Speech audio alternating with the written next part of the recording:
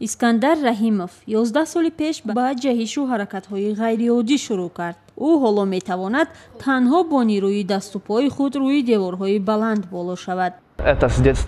шавқи ҷаҳидан аз хурдӣ дар дилам буд. вақте ки филмҳои тасвирӣ тамошо мекардам, ба қаҳрамонҳо монанд шудан мехостам. онҳо ҳаракатҳои аҷоиб анҷом медоданд. фикр мекунам ки тамоми кӯдакон париданро нағз мебинанд. баъд аз тамошои филмҳои маҳаллаи 13 фаҳмидам ки чунин навъи варзише ҳаст бо номи паркур. баъд ман ҳам ба ин навъи варзиш ба таври касбӣ рӯ овардам. искандар ба як варзише машғул аст ки ҳаракату усулҳояш хеле хатарнок аст. ӯ иқрор мекунад ки наздиконаш аз шуғли интихоб намудааш розӣ нестанд ва ҳамеша изҳори нигаронӣ мекунанд. ин табиист ки падару модар барои фарзандонашон ҳамеша фикр мекунанд. падару модари ман ҳам истисно нестанд. онҳо то ҳол маро аз ин кор боз медоранд. онҳо одамони шӯравианд. аз ин хотир ин одамон чунин андеша доранд ки ин навъи варзиш марговар аст. фикр мекунам насли нав тасаввуроти дигар доранд. вақте ки ман ба ин кор машғул мешавам, аввал ҷоямро месанҷам. ман дидаву дониста худамро ба ҷарӣ намепарсоям ку. Новое поколение пошло.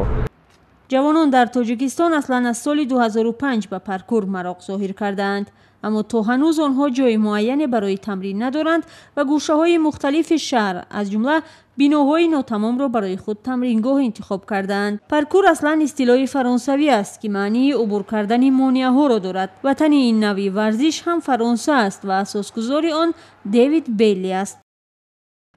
искандар мегӯяд паркур як ҷузъи ҳаёти ӯст ва дар ҳал намудани бисёре аз мушкилоти зиндагиаш ҳам аз усулҳои паркур истифода мебарад. вақте ман ба ин кор машғул мешавам, эҳсоси қувва, озодӣ ва боварӣ ба оне ки метавонам монеаҳоро паси сар кунам вуҷудамро фаро мегирад.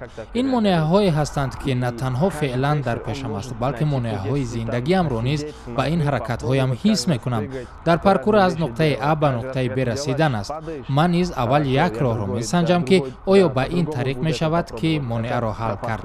агар нашавад, пас дигар роҳро меҷӯям.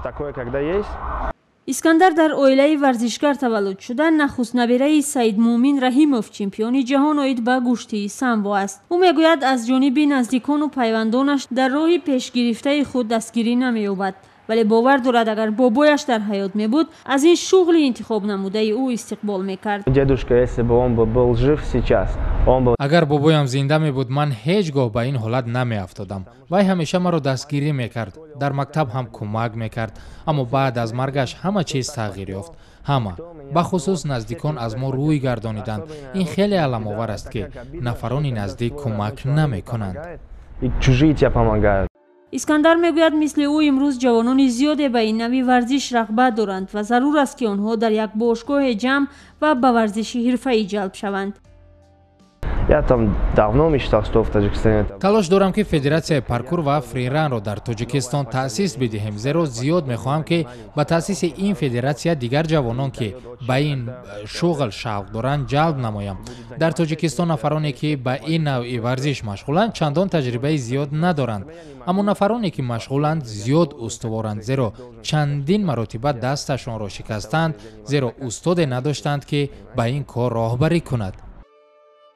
ин гурӯҳи ҷавонон барои дарёфти иҷозатнома ахиран ба вазорати адлияи кишвар муроҷиат кардаанд ва умедворанд билохира баъди беш аз 10 сол ин навъи варзиш дар тоҷикистон расман эътироф мешавад ва онҳо бо шароитҳои зарурӣ таъмин хоҳанд шуд.